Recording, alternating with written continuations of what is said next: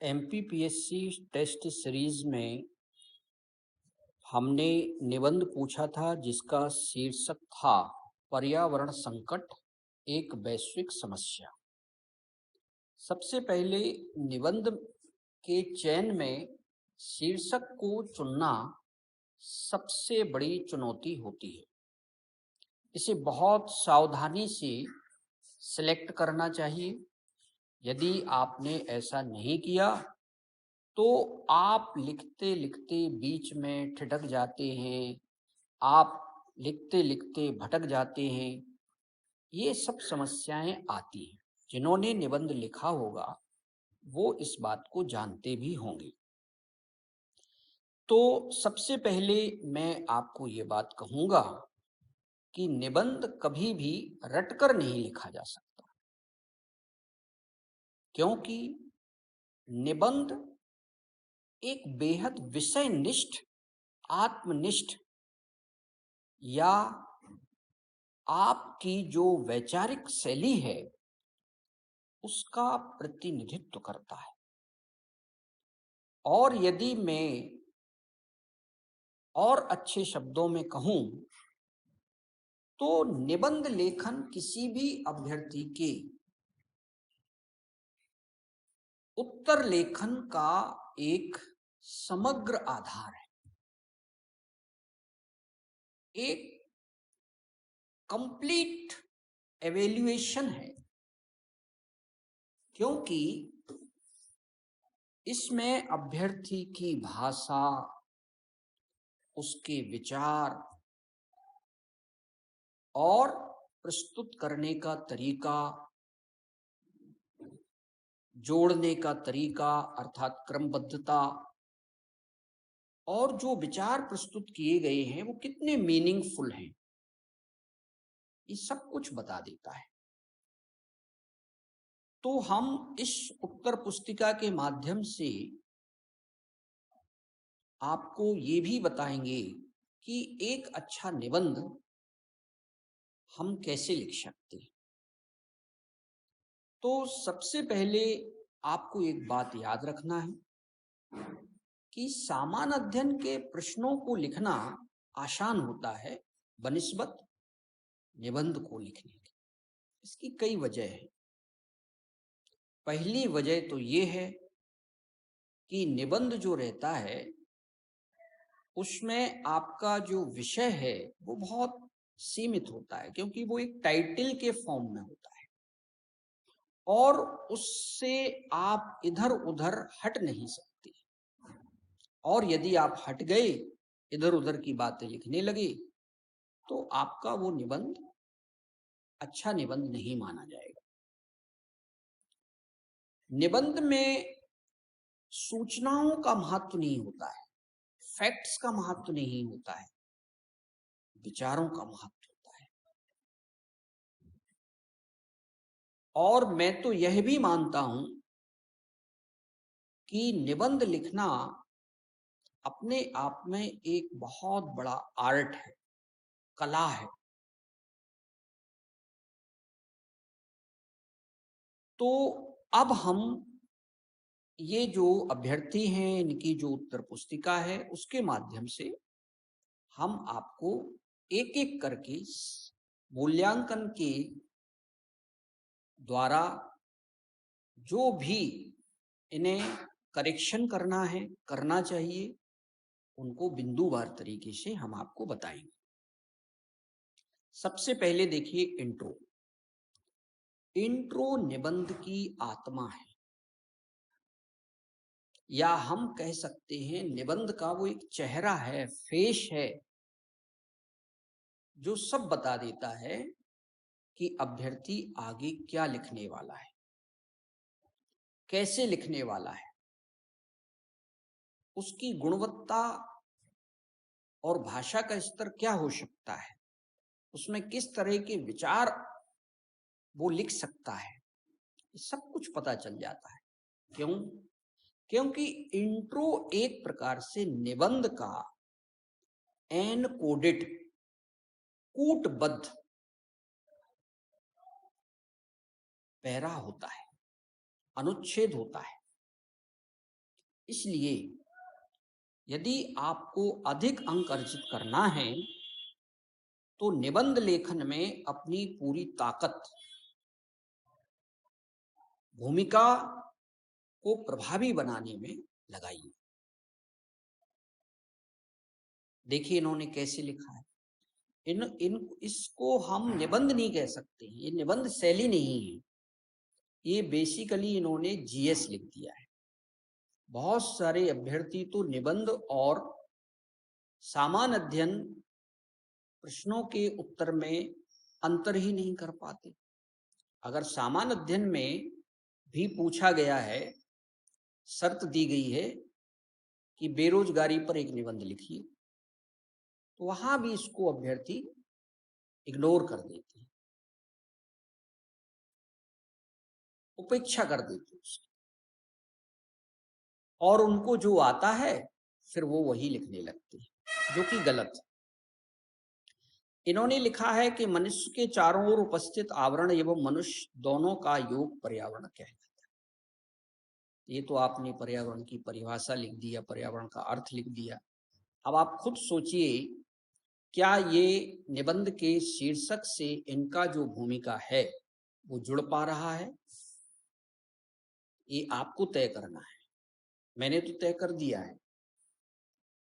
तो यहां पर आपको ये ध्यान देना है कि जो हमने इंट्रो लिखा है, या आपको एक जो अच्छा इंट्रो आप लिख सकते थे उसमें और जो अभ्यर्थी ने इंट्रो लिखा उसमें कितना अंतर है।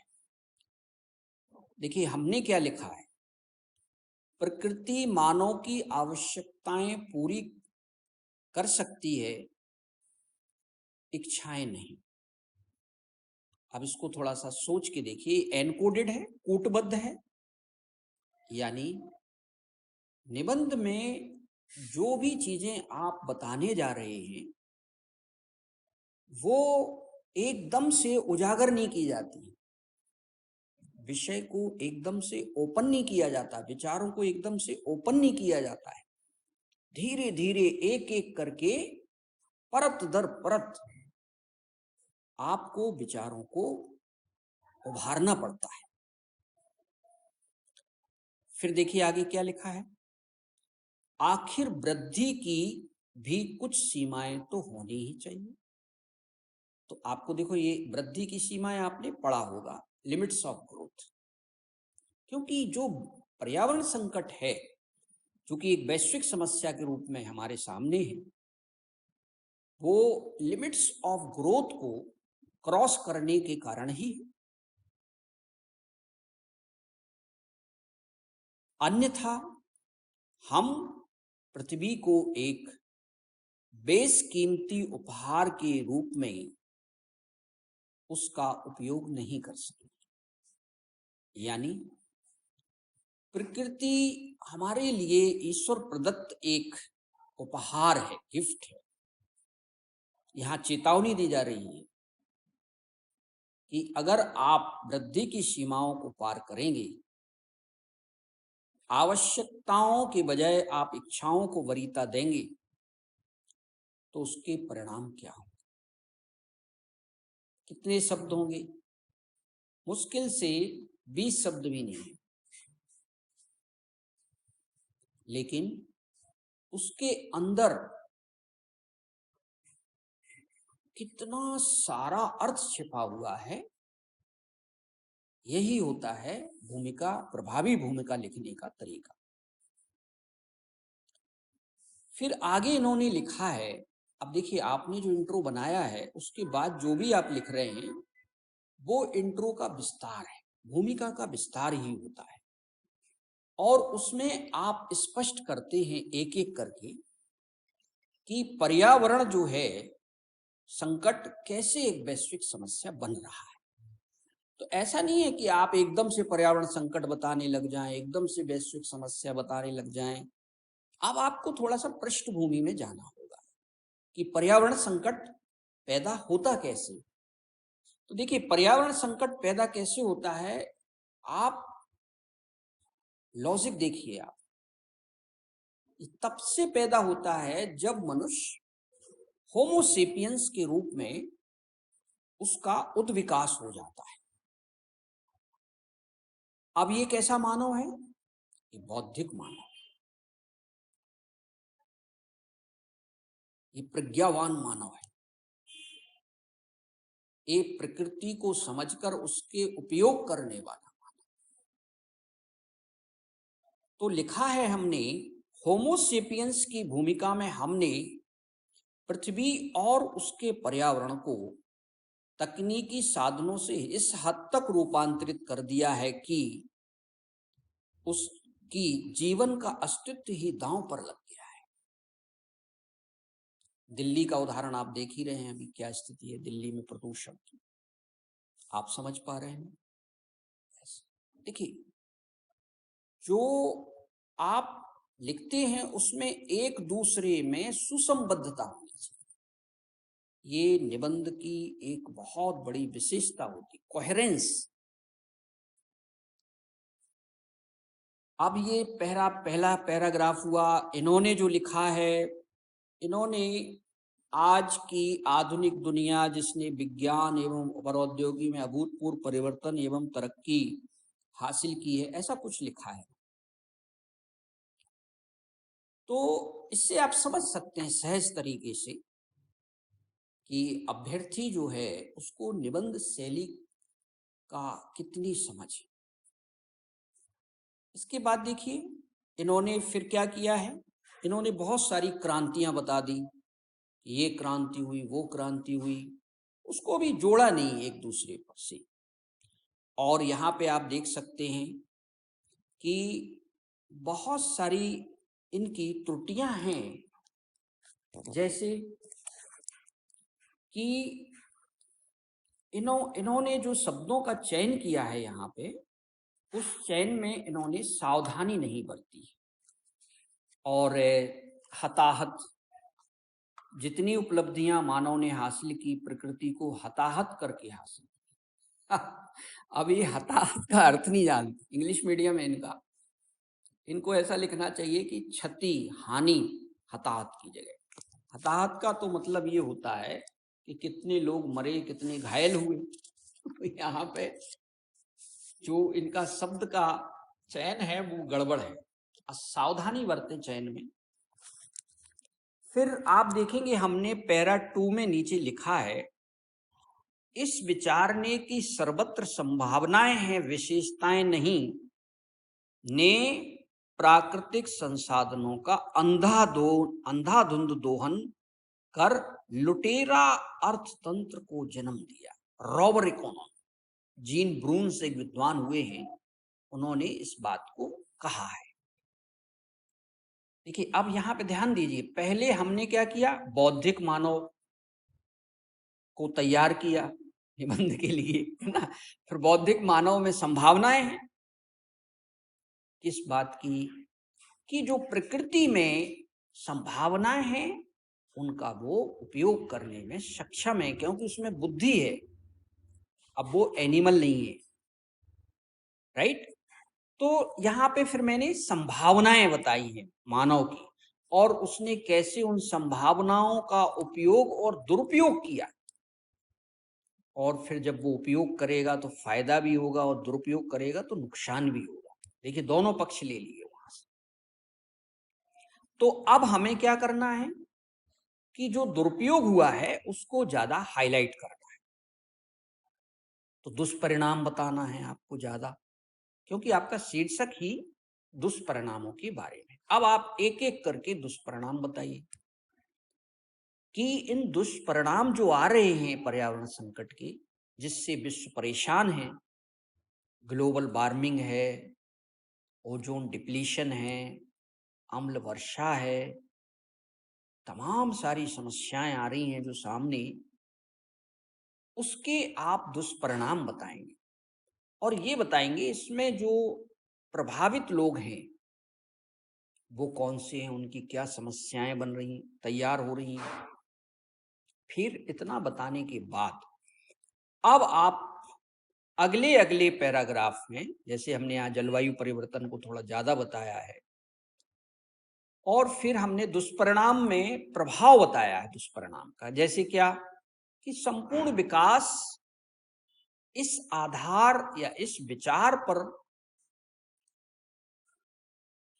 संचालित किया जा रहा है कि पहले बनाओ और फिर बिगाड़ो। मतलब कि जैसे रेफ्रिजरेटर बनाया तो ओजोन में छेद हो गया, फिर ओजोन को बचाते फिर रहे। इस प्रकार का विकास नहीं होना चाहिए। विकास कैसा होना चाहिए? गुणात्मक होना चाहिए। भूटान इसका उदाहरण है। प्रकृति को नुकसान पहुंचाए बगैर हमारा विकास होना चाहिए।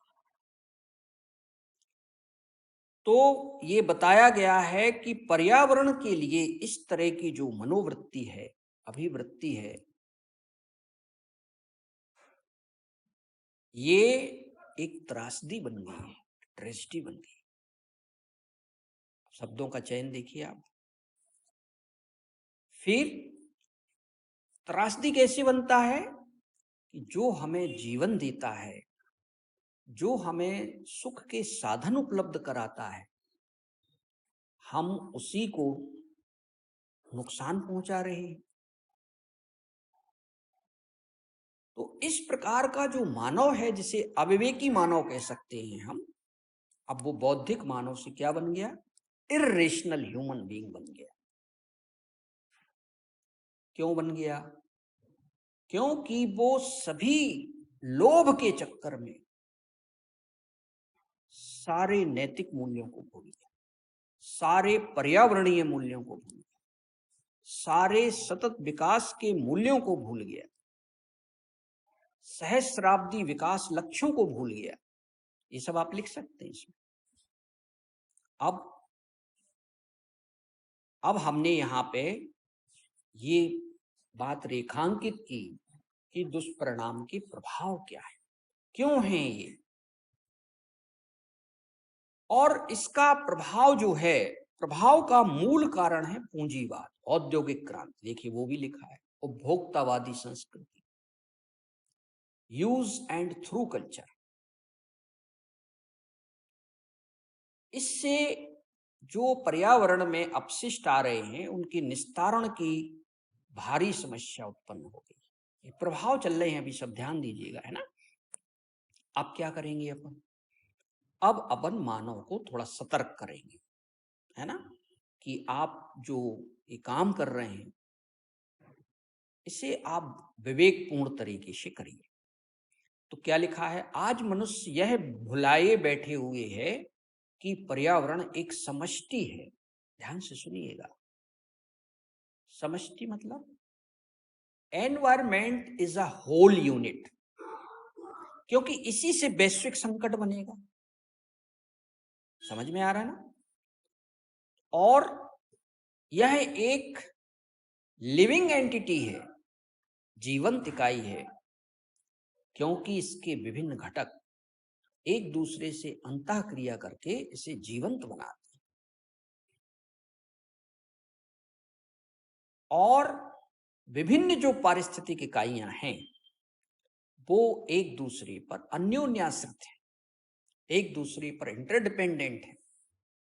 इसलिए किसी एक को खतरा पहुंचाने का मतलब है अन्य को खतरा पहुंचाना, और अन्य को खतरा पहुंचाने का मतलब है कि संपूर्ण पर्यावरण को नुकसान पहुंचाना। अब इन्होंने तो जैव विविधता भी लिख दिया और बहुत सारी चीजें इन्होंने लिख दी इसमें, फिर एंडेंजर्ड स्पीसीज भी लिख दी, आप देख सकते हैं। तो विचार लिखना चाहिए, है ना, आपको फैक्ट नहीं लिखना चाहिए। फिर आगे क्या बताया? अब देखिए, अब यहां से समाधान ढूंढा जाएगा कि जो टेक्नोलॉजी के आधार पर डेवलपमेंट हुआ, पर्यावरण को नुकसान पहुंचा, उसके कारण उत्तर और दक्षिण, south south cooperation, north north cooperation, या नॉर्थ साउथ जो डिवीजन हो गया, क्योंकि नॉर्थ के जो देश हैं वो सब विकसित हैं लगभग। तो हमें उत्तर दक्षिण के भेद को भूलकर, यानी विकासशील देश या विकसित देश या third world country, first world country, ये सब भूल करके संपूर्ण विश्व को एक साझा मंच पर आना चाहिए और जो भी पर्यावरण के मुद्दे हैं उनका समाधान ढूंढना चाहिए ताकि आने वाली पीढ़ियों का भविष्य सुरक्षित हो सके। समझ में आ रहा है ना आपको ये सारी चीजें?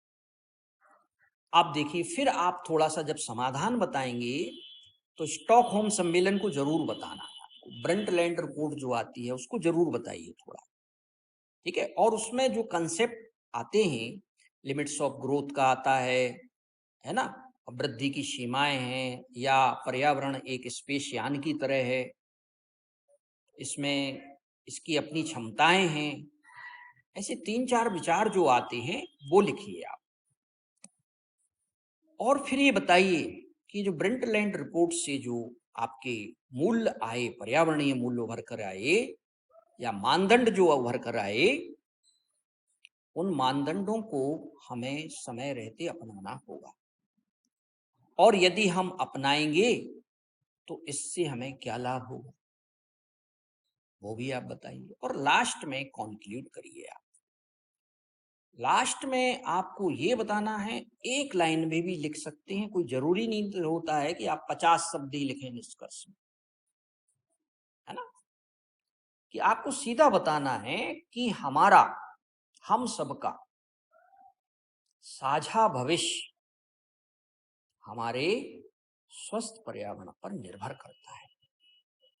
Our common future is depend on our healthy environment. खत्म। इस प्रकार से 1000 शब्द जो आपके हैं वो पूरे हो जाते हैं।